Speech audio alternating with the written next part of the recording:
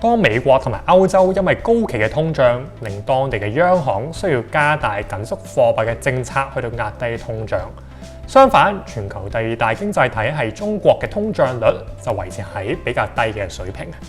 中國最新6月份嘅消費物價指數只係比起上年同期係上升咗2.5% 嘅啫，咁係遠遠低過其他主要國家嘅通脹率嘅。就因為咁，嚟緊中國央行都有能力去到實施更多放寬嘅貨幣政策，去到刺激當前中國增長緩慢嘅經濟啊。咁所以相信對於中國嘅消費行業將會有一定嘅支持作用嘅。咁假如想捕捉中國消費板塊嘅投資者，係可以投資喺啲咩度呢？咁今日啦，就想同大家去到分享下 Global X 中國消費龍頭品牌嘅 ETF 啊，代號係2806。Hello， 大家好，我係 Graham， 歡迎你嚟到我嘅 YouTube Channel。如果想了解更多關於個人理財同埋投資嘅知識，歡迎大家去 subscribe。Global X 中國消費龍頭品牌 ETF 2806係一個被動型嘅 ETF 嚟嘅。咁佢嘅表現啦，會係跟蹤住 Solactive 中國消費品牌嘅指數嘅。而指數嘅主要成分股啦，都係投資喺一啲中國消費品牌同埋公司嘅。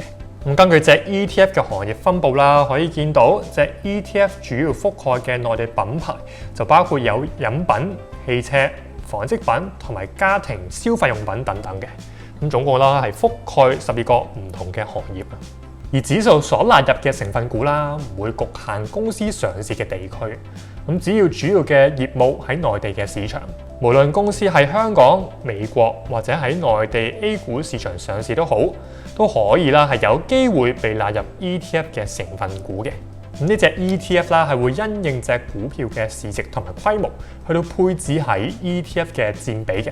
咁即係意思話，當公司嘅市值越大，咁佢喺 ETF 嘅佔比啦，亦會係相對比較高嘅。而睇翻 ETF 嘅主要成分股，大部分都係大家熟悉嘅公司。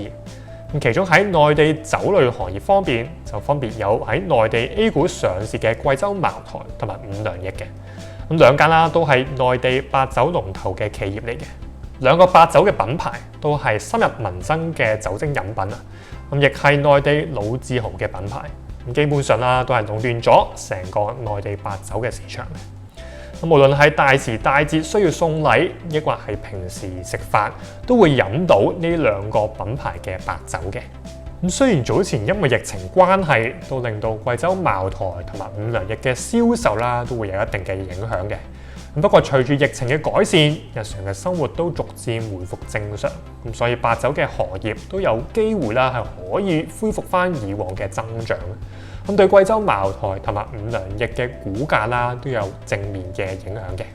好，咁另外值得留意嘅主要成分股啦，就係內地嘅電動車品牌。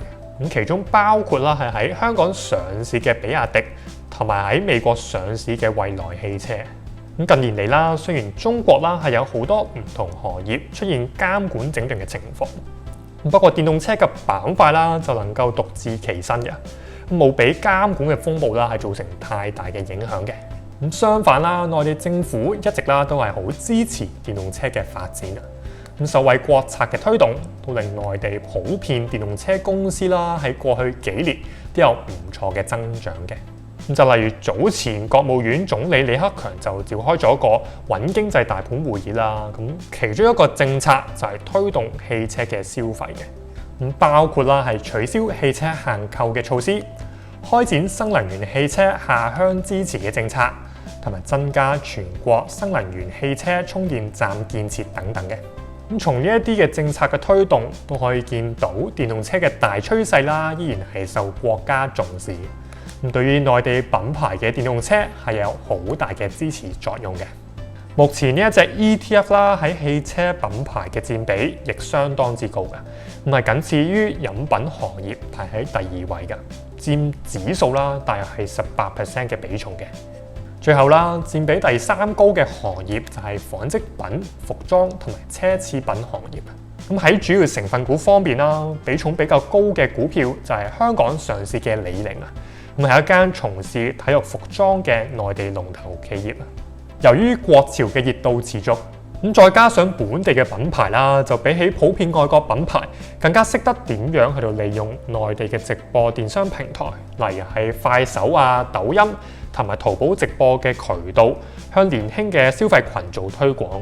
咁所以啦，都推動到本土運動服裝品牌嘅銷售嘅。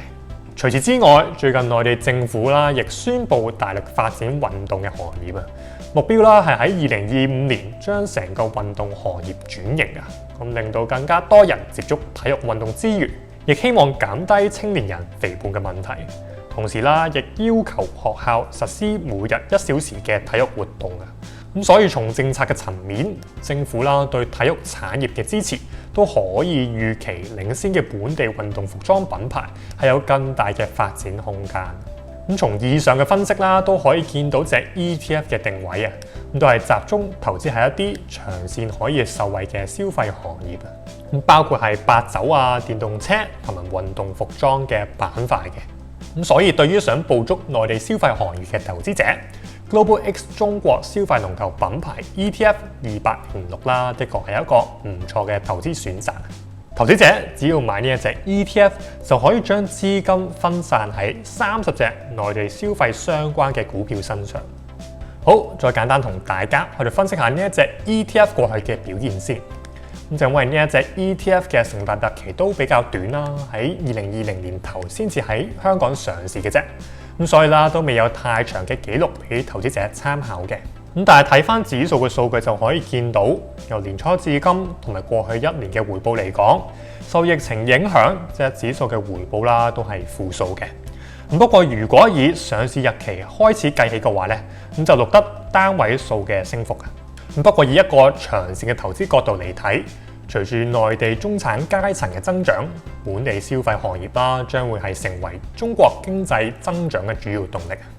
另外，政府早前提倡嘅共同富裕目標，去提升低收入階層嘅生活水平，亦都會加強消費行業嘅增長速度嘅。中國作為最快增長嘅中產階級人口，將會令整體嘅本地消費品牌受惠。